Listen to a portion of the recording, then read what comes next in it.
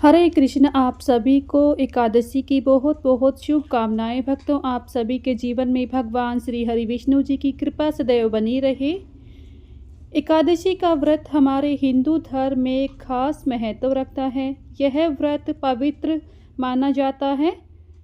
ये पौष माह के कृष्ण पक्ष में आने वाली एकादशी की आज की वीडियो में हम बात करने वाले हैं। इसे साल की अंतिम एकादशी के रूप में भी जाना जाता है। सफला एकादशी के बारे में आज की विषय में आप सभी जानेंगे। सफला एकादशी की व्रत कथा सुनेंगे। आप सभी श्रोतागण इस व्रत कथा को प्रेम पूर्वक और श्रद्धा भाव से सुने। आप सभी की मनोकामनाएं भगवान श्री हरि विष्णु जी अवश्य ही पूर्ण करेंगे। कथा को शुरू करने से पहले हम जानेंगे इस दिन के शुभ मुहूर्त के बारे में, साथ ही जानेंगे पूजा विधि के बारे में, अंत में सुनेंगे व्रत कथा। आप सभी वीडियो को एंड तक जरूर देखिएगा। वीडियो अगर आपको पसंद आए तो प्लीज़ वीडियो को लाइक कीजिएगा। चैनल पर नए हैं तो चैनल को सब्सक्राइब कर लीजिएगा। बेल आइकन को प्रेस कीजिएगा, जिससे आप सभी को हिंदू धर्म से जुड़े सभी व्रत त्योहारों की वीडियोस देखने को मिलेंगी। सफला एकादशी साल की अंतिम एकादशी है। इस एकादशी का व्रत करने से भगवान श्री हरि विष्णु जी की असीम कृपा प्राप्त होती है। मान्यताओं के अनुसार इस व्रत के माध्यम से भगवान विष्णु अपनी कृपा बरसाते हैं और इसके बाद जिंदगी में आने वाली हर बाधा खत्म हो जाती है। इसके अलावा इस व्रत के कई अन्य फायदे भी माने जाते हैं। तो चलिए जानते हैं सफला एकादशी व्रत के संपूर्ण पूजा विधि शुभ मुहूर्त के बारे में। सफला एकादशी के दिन भगवान विष्णु की विधिवत पूजा और व्रत करने से व्यक्ति को जीवन के सभी क्षेत्रों में सफलता प्राप्त होती है। इस दिन तुलसी माता के समक्ष दीपक जलाना, दीप दान करना अत्यंत शुभ माना जाता है। मान्यता है कि ऐसा करने से सौभाग्य के द्वार खुलते हैं, किस्मत चमक उठती है। धार्मिक ग्रंथों में ये भी उल्लेख मिलता है कि सफला एकादशी का व्रत करने से 100 राजसूय यज्ञ और 1000 अश्वमेध यज्ञ के फल के समान पुण्य की प्राप्ति होती है। इसलिए हर मनुष्य को सफला एकादशी का व्रत अवश्य धारण करना चाहिए। पौष माह के कृष्ण पक्ष की एकादशी 14 दिसंबर दिन रविवार को शाम को 6:50 पर शुरू हो रही है, जो 15 दिसंबर को रात्रि 9:21 पर समाप्त होगी। ऐसे में उदय तिथि के अनुसार सफला एकादशी का व्रत 15 दिसंबर दिन सोमवार को रखा जाएगा। सफला एकादशी का व्रत दशमी तिथि के साथ आरंभ होता है, जो द्वादशी तिथि को समाप्त होता है। दशमी तिथि को कुछ नियमों का पालन करने के साथ साथ एकादशी को व्रत रखती हैं और द्वादशी को व्रत का पारण करती हैं। सफला एकादशी व्रत का पारण 16 दिसंबर को सुबह 7:07 से सुबह 9:11 तक व्रत का पारण कर सकते हैं। इस व्रत को शुरू करने से पहले एक दिन पहले ही सात्विक भोजन करना चाहिए। साथ ही सूरज ढलने के बाद भोजन करने से बचना चाहिए। एकादशी वाले दिन सुबह जल्दी उठकर स्नान आदि कर लेना चाहिए। इसके बाद साफ और सुथरे वस्त्र पहनकर भगवान विष्णु की पूजा की तैयारी शुरू करनी चाहिए। सबसे पहले इस व्रत के लिए संकल्प लेना चाहिए, सब कुछ सही से पूरा हो जाए। ध्यान रखिए इस दौरान भगवान विष्णु की मूर्ति या तस्वीर आपके सामने हो। इसके बाद भगवान की मूर्ति को गंगा जल से शुद्ध करें।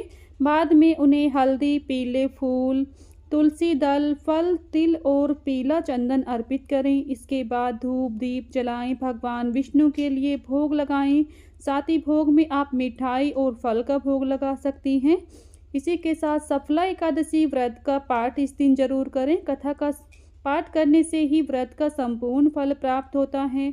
आप इस व्रत को निर्जला भी रख सकते हैं। इस व्रत के दौरान फल का सेवन किया जा सकता है। साथ ही इस दौरान अनाज और नमक का सेवन गलती से भी नहीं करना चाहिए। साथ ही इस व्रत में चावल का सेवन भूलकर भी नहीं करना चाहिए। ये थे एकादशी व्रत के संपूर्ण नियम। आइए अब सुनते हैं सफला एकादशी की पावन व्रत कथा। इस व्रत कथा को सुनने मात्र से आप सभी की मनोकामनाएं भगवान श्री हरि विष्णु जी अवश्य ही पूर्ण करेंगे। अगर आपको हमारी ये कथा पसंद आए तो प्लीज़ वीडियो को लाइक और शेयर ज़रूर कीजिएगा और चैनल पर नए हैं तो चैनल को भी सब्सक्राइब कर लीजिएगा। चलिए पावन व्रत कथा को शुरू करते हैं। प्रेम से बोलिए भगवान विष्णु की जय, माता लक्ष्मी की जय। महाराज युधिष्ठिर ने पूछा, हे जनार्दन, पौष कृष्ण एकादशी का नाम क्या है, उस दिन कौन से देवता का पूजन किया जाता है और उसकी क्या विधि है, कृपया मुझे बताइए। वत्सल भगवान विष्णु कहने लगे कि धर्मराज, मैं तुम्हारे स्नेह के कारण तुमसे कहता हूँ कि एकादशी व्रत के अतिरिक्त मैं अधिक से अधिक दक्षिणा पाने वाले यज्ञ से भी प्रसन्न नहीं होता हूँ। अतः इसे अत्यंत भक्ति और श्रद्धा से युक्त होकर करें। हे राजन, द्वादशी युक्त पौष कृष्ण एकादशी का महात्म तुम एकाग्रचित होकर सुनो। इस एकादशी का नाम सफला एकादशी है तथा एकादशी के देवता श्री नारायण हैं। विधि पूर्वक इस व्रत को करना चाहिए। जिस प्रकार नागों में शेषनाग, पक्षियों में गरुड़, सब ग्रहों में चंद्रमा, यज्ञों में अश्वमेघ, देवताओं में भगवान विष्णु श्रेष्ठ हैं, उसी तरह से सभी व्रतों में से एकादशी का व्रत श्रेष्ठ है। जो मनुष्य सदैव एकादशी का व्रत करते हैं वे मुझे परम प्रिय हैं। अब इस व्रत की विधि कहता हूँ, ध्यानपूर्वक सुनो। मेरी पूजा के लिए ऋतु के अनुकूल फल, नारियल, नींबू, नैवेद्य आदि 16 वस्तुओं का संग्रह करें।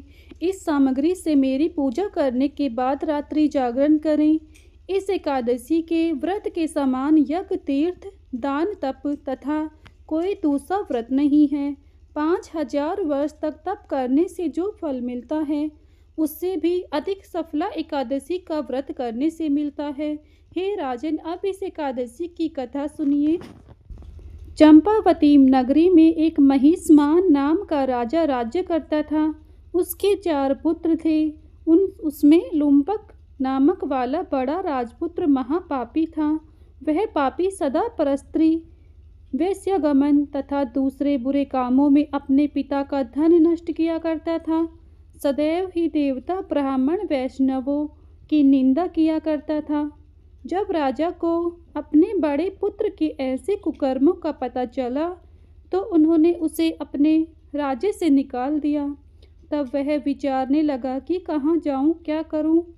अंत में उसने चोरी करने का निश्चय किया।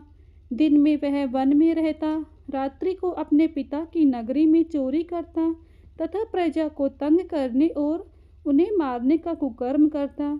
कुछ समय पश्चात सारी नगरी भयभीत हो गई। वह वन में रहकर पशु आदि को मारकर खाने लगा। नागरिक और राज्य के कर्मचारी उसे पकड़ लेते, किंतु राजा का भय से छोड़ देते। वन के एक अति प्राचीन विशाल पीपल का पेड़ था। लोग उसकी भगवान के समान पूजा करते थे। उसी वृक्ष के नीचे वह महापापी लुम्पक रहता था। इस वन को लोग देवताओं की क्रीड़ा स्थली मानते थे। कुछ समय पश्चात पौष कृष्ण पक्ष की दशमी तिथि के दिन वस्त्रहीन होने के कारण शीत के चलते सारी रात्रि सो नहीं सका। उसके हाथ पैर अकड़ गए। सूर्यास्त होते होते वह मूर्छित हो गया। दूसरे दिन एकादशी को मध्याह्न के समय सूर्य की गर्मी पाकर उसकी मूर्छा दूर हुई। गिरता पड़ता वह भोजन की तलाश में निकला। पशुओं को मारने में वह सामर्थ नहीं था, अतः पेड़ों के नीचे गिर हुए फल उठाकर वापस उसी पीपल वृक्ष के नीचे आ गया। उस समय तक भगवान सूर्यास्त अस्त हो चुके थे। वृक्ष के नीचे फल रखकर कहने लगा, हे भगवान, अब आपके ही अर्पण है ये फल, आप ही तृप्त हो जाइए। उस रात्रि को दुख के कारण रात्रि को भी नींद नहीं आई। उसके इस उपवास और जागरण से भगवान अत्यंत प्रसन्न हुए और उसके सारे पाप नष्ट हो गए। दूसरे दिन प्रातः एक अति सुंदर घोड़ा अनेक सुंदर वस्तुओं से सजा हुआ उसके सामने आकर खड़ा हो गया। उसी समय आकाशवाणी हुई कि हे राजपुत्र, श्री नारायण की कृपा से तेरे पाप नष्ट हो गए। अब तू अपने पिता के पास जाकर राज्य प्राप्त कर। ऐसी वाणी सुनकर वह अत्यंत प्रसन्न हुआ और दिव्य वस्त्र धारण करके भगवान आपकी जय हो कहकर अपने पिता के पास गया। उसके पिता ने प्रसन्न होकर उसे समस्त राज्य का भार सौंप दिया और वन का रास्ता लिया। अब लुम्पक शास्त्रानुसार राज्य करने लगा। उसके स्त्री, पुत्र आदि सारा कुटुंब भगवान नारायण का परम भक्त हो गया। वृद्ध होने पर वह भी अपने पुत्र को राज्य का भार सौंपकर वन में तपस्या करने चला गया और अंत समय में वैकुंठ को प्राप्त हुआ।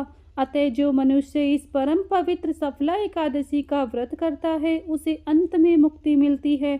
जो नहीं करती हैं वे पूंछ और सींगों से रहित पशुओं के समान हैं। इस सफला एकादशी के महात्म को पढ़ने से अथवा श्रवण करने से मनुष्य को अश्वमेध यज्ञ का फल प्राप्त होता है। प्रेम से बोलिए श्री हरि विष्णु जी की जय, माता लक्ष्मी की जय। यहीं पर सफला एकादशी की व्रत कथा संपन्न होती है। वीडियो अगर आप पसंद आया हो तो प्लीज़ वीडियो को लाइक शेयर करें। मिलती हूँ नेक्स्ट वीडियो में।